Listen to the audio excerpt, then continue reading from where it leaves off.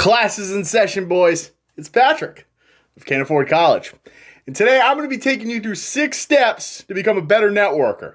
Now, it doesn't matter if you're an introvert or an extrovert, networking is a skill that you need to learn.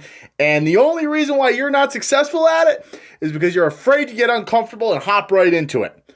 So let's break it down. Now, these steps are going to work for everybody, but you have to be willing to trust the system.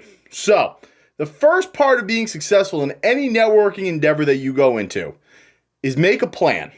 And what I mean by this is a lot of times I see a lot of younger people going to network events, a lot of new people, and they go there, they have the best intentions, but they don't know what they're doing. They don't know who they want to talk to. They don't have a plan for how they're going to follow up. They have no idea who's going to be there. They didn't do any pre-research. They didn't reach out to their chambers. They didn't go on the Facebook groups. They didn't get any information. When you go to a networking event, you need to know kind of what you're looking to do. You know, my goal, for instance, is I'm going to meet up with 5 businesses. Ideally, I want to meet up with a plumber, a contractor, and a car dealership, right? So I'm going to go out of my way to find those people. Leading up to the event, I'll go on the Facebook event page. I'll reach out to the chamber, whoever's hosting it, see the list of names, see if it's anybody I know. If it is, great. If it's not, I'm going to go do some research, see if anybody I know is going to this event or anybody I know can refer me to these people. That way I have basically a warm introduction. I know exactly what I'm looking to do, and I'm going to have a plan going into this. Proper preparation prevents piss poor performance, as they say. The second step, do not be negative. For a lot of people when they go into these, it's they sit casually at the bar, they're staying in the corner, someone else comes over and they'll be like, it's a bit of a dull event today, or the drinks aren't that good. And it's real easy to get caught up in that negativity. And, you think maybe that you're forming a connection with this person based off of this negative energy, but all you're really doing is, one, solidifying the fact that you don't know how to network, because at the end of the day, that person's going to leave there that you think you're connecting with on negativity and be like, that guy was kind of a downer. And 2, you're not ever going to get out of that mentality that these events are actually a really good thing. Yeah, they're a little awkward for your first couple if you don't do the proper information and research, but you can't be into this with a negative attitude. Everything is attitude driven. So, second step, don't be negative, be positive about it. You have a great opportunity to grow your business and hopefully make a connection, which can lead to multiple connections down the road with other people, and obviously fill your pipeline and generate revenue. The third step, don't stay with one person. Now, this isn't the negative Nancy. This is one person that maybe was on your goal list, you connect with, and somehow, some way, you guys just start talking about everything. It's no longer business. You're just chit-chatting. While this is great, you want to build that relationship. You're here for a networking event, as is that other person. Be respectful of their time. They should be respectful of yours. Don't stay with them the entire night. Understand that once you've met them, you've talked to them, you've exchanged contact info, you set a plan, you're done. Mission accomplished. On to the next. And people will understand this and respect it. There's going to be time where you can catch up with them at the end of the night or do a follow-up email. But break away after you get what you want. And that is the contact info and a face to the name, baby. Step 4, givers give. Now, what I mean by this is that when you go out and you talk to these people, let's say you're talking to Chuck from the contractor, right? You spend your 5 minutes with him, you break off on your own, and you say, hey, you know what, Chuck? I'm going to reach out to you with a friend who's a plumber. I think you two can make a connection. Why are you doing this? Well, 1, that person's now going to think about you more so after the event ends. And 2, you're going to be giving them a referral, and they're going to realize that you're actually trying to help them, and they're going to respect it. At the end of the day, we're all here to make money. We're all here to grow our own businesses. But people also understand that if you're willing to help them, they're going to be willing to help you. They're priority 1, which is nice. People love to be loved. But that's going to separate you from everybody else who's just throwing business cards to them.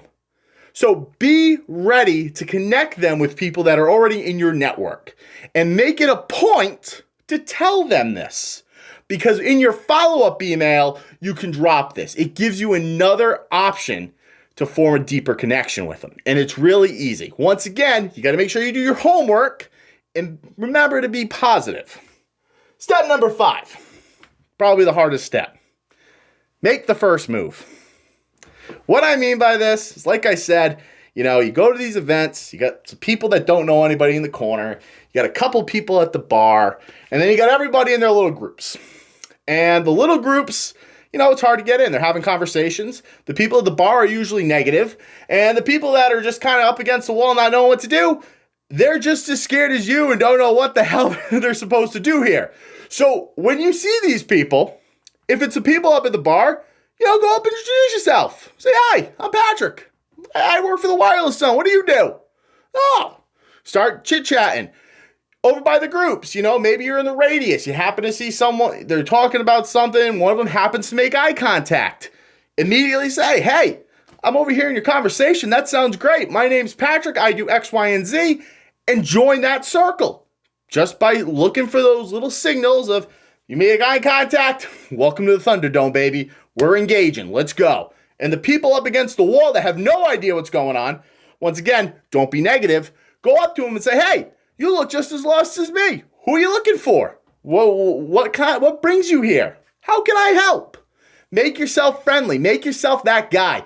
Be willing to get uncomfortable so you can form connections with people and obviously better your business. Networking's not hard.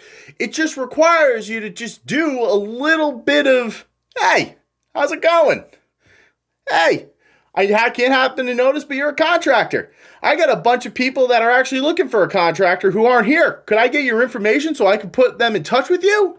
Absolutely. It's easy, but you have to be willing to make the first step.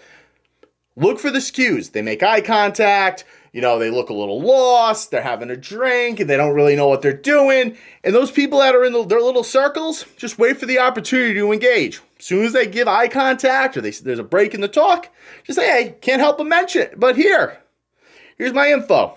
So that's how you break into those groups and make the first move and all that good stuff. And the last part, which is the most important part, is your connection and your follow-up. So what I mean by this is after I get my business cards, after I've done everything we've discussed, I go home the following morning, go on to Facebook, go on to LinkedIn, go on to Instagram, blah, blah, blah, blah, blah. I add all these people, send them an email.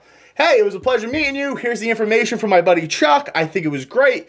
By the way, here's my contact info so you have it, and I will refer any business I can find to you, and I added you on to your social media. I look forward to seeing what content you share so I can help you grow your business by sharing it, liking it, yada, yada, yada. People who follow up the next day are always going to stand out more than people who follow up 2 days later. It is not wrong to follow up not immediately, but right after the event. There is no reason for you to wait more than a day. If you wake up at 5 a.m., send them an email. Guess what the first thing they're going to see is? That email. Stand out. Too many people competing. Too many people not doing the right things. Luckily for you guys, a lot of people don't like networking or they don't know how to do it. But you're at Can't Afford College. And we're pretty damn good at making deals and networking. So drop your questions below. Leave a like, comment, and subscribe. It helps the channel. We're up to, I think, almost 700 subscribers on YouTube. I think like 800 on Facebook, 900 on Instagram. So we're doing pretty good. I love it. But hey, I'll see you in the next week's episode. Thanks for stopping by.